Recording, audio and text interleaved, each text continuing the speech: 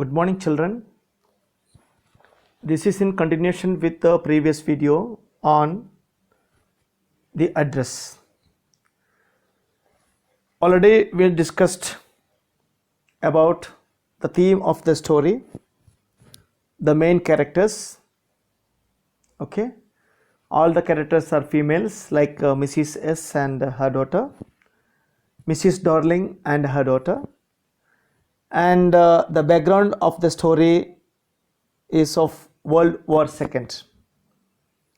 And here the main character, Mrs. S daughter, being a Jew, was not accepted to live in Germany as they were tortured and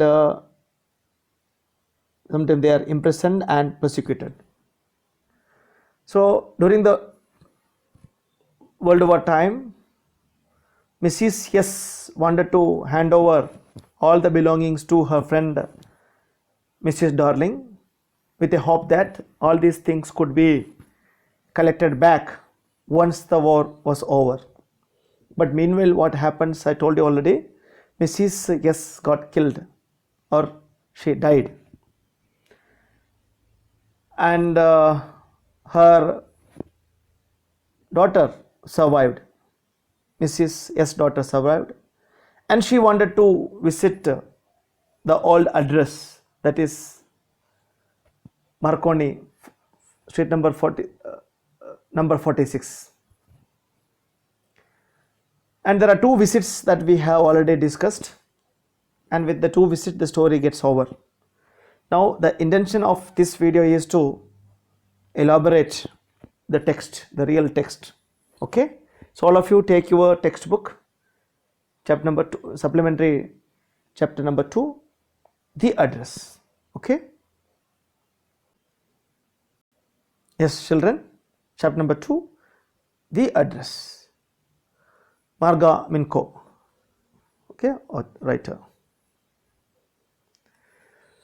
This short story is a poignant means sharp, G silent here, poignant account of a daughter who goes in search of her mother's belongings after the war in Holland. When she finds them, the objects evokes, means rouse, brings the memories of her earlier life, that means peaceful life before the war. However, she decides to leave them all behind and determines to move on. This is what is the introduction. Already we had thrown light on it. Now the text we are going to learn. Do you still know me? I asked. The woman looked at me searchingly. She had opened the door a chink. I came closer and stood on the step. Actually, this is Mrs. S daughter's first meeting with Mrs. Darling, and the woman here stands for Mrs. Darling, and she opened the door a chink. A chink means not fully, very close, I mean not very open. I came closer and stood on the step. No, I don't know you. But she behaved as if she did not know this girl. I don't know you. I am Mrs. S daughter. This girl introduced herself as Mrs. S daughter. She held her hand on the door as though she wanted to prevent it opening any further. Her face gave absolutely no sign of recognition. Actually, she was not ready to open the door fully because her appearance would be very clear then for the other party, I mean for Mrs. S daughter. Sometimes she would recognize her like that way. Her face gave absolutely no sign of recognition. She kept staring at me in silence. Perhaps I was mistaken, I thought. Perhaps it is in her.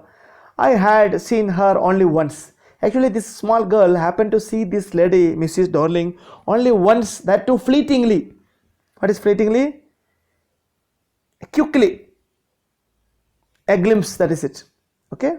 Fleetingly, and that, okay, you can underline it and learn the word meaning fleetingly. Quickly means in bracket you write a glimpse. and that was years ago. It was most probable that I had rung the wrong bell. So she felt she came to a wrong house, a wrong address, and wrong bell she had given. The woman let go of the door and stepped to the side. She was wearing my mother's green knitted cardigan. So, dear children, you can note down that immediately she noticed her mother's dress, which one worn by this lady. Which lady? Mrs. Darling. So that is a sure shot indication that this lady is Mrs. Darling only. The wooden buttons were rather pale from washing. Even now she remembers that wooden button, its color is pale. After a frequent wash, she saw that I was looking at the cardigan and half hid herself again behind the door. That's why the other party is not opening the door. Okay, then the center dress will be shown for the girl. But I knew now that I was right. But suddenly Mrs. S daughter concluded that she was not at the wrong address and she reached the correct address. Okay, well, you knew my mother, I asked, because now she has confirmed that she reached the correct address. She asked, did you know my mother? Like that. Have you come back? She said the woman. Oh, have you come back? I thought that no one had come back. Then she thought after the war everybody might have been killed, only me. Then she said, not my mother, I am the only one. A door opened and closed in the passage behind her. A musty smell emerged. The door was closed. A musty smell came. I regret I cannot do anything for you. I have come here specially on the train. I wanted to talk to you for a moment, but the girl said, I wanted to talk. It is not convenient for me now, said the woman. I can't see you any other time, means another time. No, I don't want to talk to you and I don't want to see you again, that lady said. She nodded and cautiously closed the door as though no one inside the house should be disturbed. And the lady closed the door as if nobody from inside should be disturbed. I stood where I was on the step, the curtain in front of the bay window moved. Someone stared at me and would then have asked what I wanted. Oh, nothing. The woman would have said it was nothing.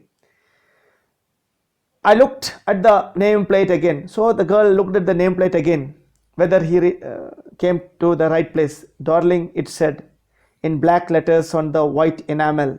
You can visualize. In white enamel, black letters. And on the jamb means side post of a door. Write down. Jamb means side post of a door is called jamb. And on the jamb, a bit higher, the number 46. In your house also you will see on the jamb of the door that number of your house will be written.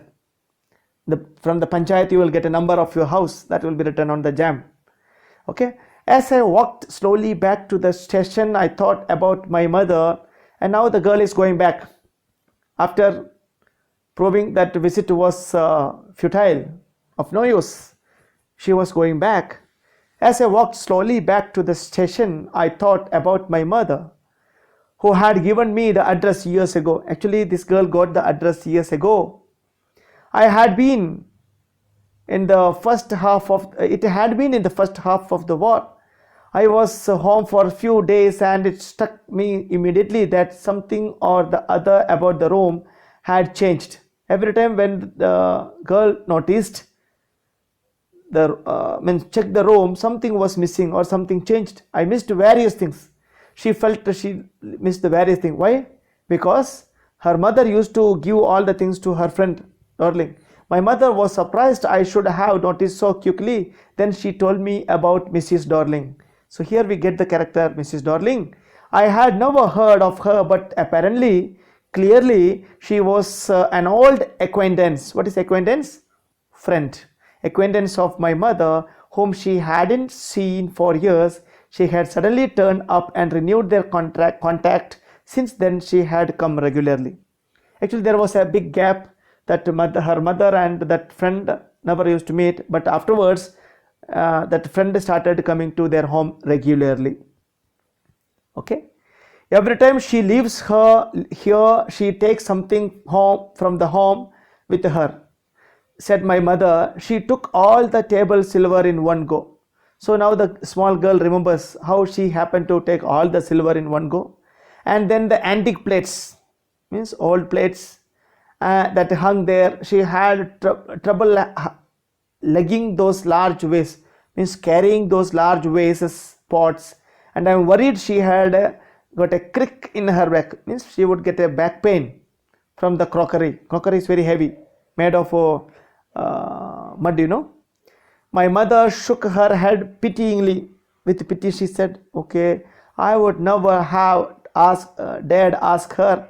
She suggested it to me herself." Actually, Mrs. Darling only suggested this idea. Why? If war comes, sometimes she would lose her house. So because she's a Jew, especially Jews would be caught, arrested, and imprisoned and prosecuted. So she even insisted, she wanted to save all my nice thing. If we have to leave here, as we shall lose everything, she says. Actually, suppose they had to leave from the place, she would lose all the thing. At least these items would be safe in her friend's house. With that reason, Mrs. Darling collected almost all the things. "Have you agreed with her that she should keep everything?" I asked. And the girl asked whether she would keep it in proper way. "As if that is necessary," my mother cried. "It would simply be an insult to talk like that, and think about the risk she is running. She is also taking risk. Each time she goes outdoor with full of suitcase or bag." Actually, the narrator is a Jew, and those who are coming to the Jew's house also a problem.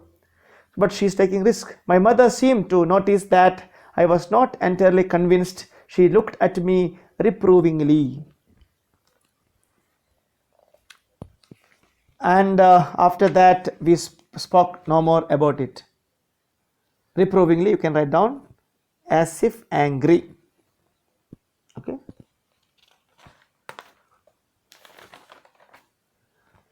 Meanwhile, I had arrived at the station without having paid much attention to things on the way.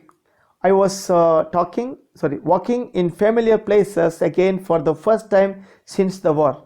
Actually, she was going back to the railway station to catch her train, and she felt the roads and the familiar places after the war.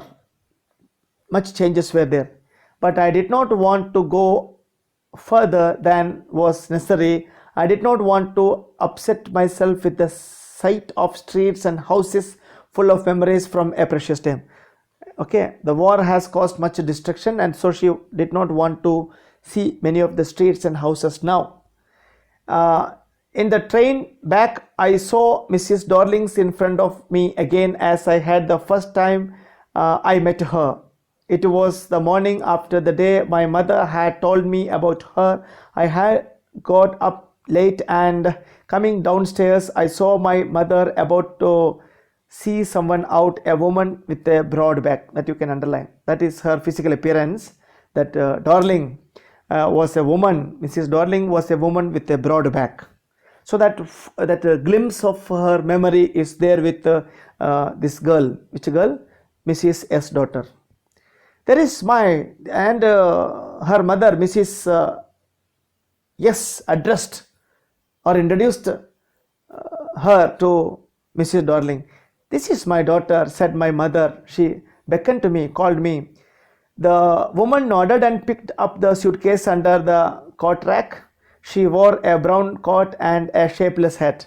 Her appearance, Mrs. Darling's appearance was, she wore a coat and a shapeless hat. "Does she live far away?" I asked, seeing the difficulty she had going out of the house with the heavy cases or luggage. Then mother said the address: in Marconi Street, number 46. Okay, children, this is the address. What is the address? In Marconi Street, number 46. So that way, presently she remembers the address. Now her mother is no more. She got killed in the war, for example. Now This is the way she remembered the address. What is the address? Marconi Street, number 46. Yeah, I had remembered it, but I had waited a long time to go there. Initially, after the liberation, I was absolutely not interested in all that stored stuff, and naturally, I was also rather afraid of it. Actually, after getting liberation, after the war, she is not keeping interest in all those old things. Afraid of being confronted with things that had belonged to a connection that no longer existed. Now, those things would bring the memory of the war, which were hidden away in cupboards and boxes and waiting in vain until they were put back in their places again, which had endured all those years because they were things. Because nothing happened to the things. They were things only, not humans. Humans means or got killed in the war, but things were all safe in that house. Which house? Mrs. Darling's house. But gradually everything became more normal again. Bread was getting to be lighter color. There was a bed you could sleep in unthreatened. Now she's thinking about the present situation after the war. Now at least she could sleep unthreatened. A room with a view you were more used to, glancing at each other. And one day I noticed I was curious about all the possessions that must still be at that address. Now she remembers all that possessions, items that they had once, their belongings, all in that address. Which address? Marconi Street, number 46. I wanted to see them, touch them, remember them. Now she got this idea after liberation, after getting full peace of mind. Now she wanted to see those items, just to touch them, just to remember them. After my first visit in vain to Mrs. Darling's house, I decided to try a second time. So, dear children, I told you the first visit was in vain, futile, no result was there. So she decided to make a second time. I asked her if her mother was at home. No, she said, my mother doing an errand. When second time when she visited that house, Mrs. Darling was not there. Her daughter was there. No, she said mother was doing an errand, means a foolish work. Doing an errand means doing a foolish work. No matter, I said I will wait for her. But this girl was ready to wait. Okay. Yeah, I think better we will continue with the lesson tomorrow. Today we will stop here. So before we conclude for the day, let us make a review of what we have already discussed for the day. So children, this is in continuation with the previous video that I posted through Google app. Now we are going in detail with the text because considering the examination, we have to go line by line. So today the story started with a conversation between Mrs. S. daughter and Mrs. Darling, and Mrs. Darling pretended as if she did not know the girl, and she was not even ready to open the door fully. But through the chink of that door, Mrs. S. daughter could identify that lady was wearing her mother's cardigan. Okay, and that was a concrete sign or evidence that she reached the correct address, and the address was written on the jamb of that door. What is written? Number 46. And that lady denied talking with her, so she was coming back to the railway station to catch her evening train. And meanwhile she remembered those things, those days.